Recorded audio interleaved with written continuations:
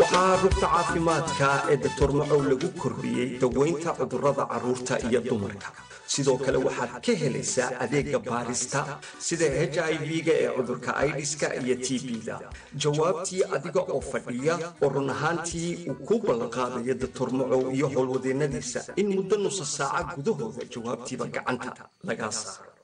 waxa kale oo aad ka helaysaa tubada lagu dhaadhiciyo caloosha oo run ahaantii markiiba si dhaqso ah lagu ogaan karayo cudurka ku haya haddaba ha u dayma la'aanin shaqadaasi oo uu ku fulinayo rugta caafimaadka ee Dr. Macow aan si fiican u mucaawino jiradooda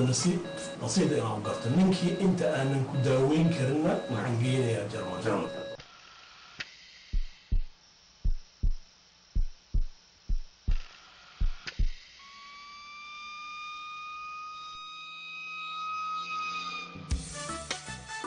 haddaba ha u dayma la'aanin shaqadaasi oo uu ku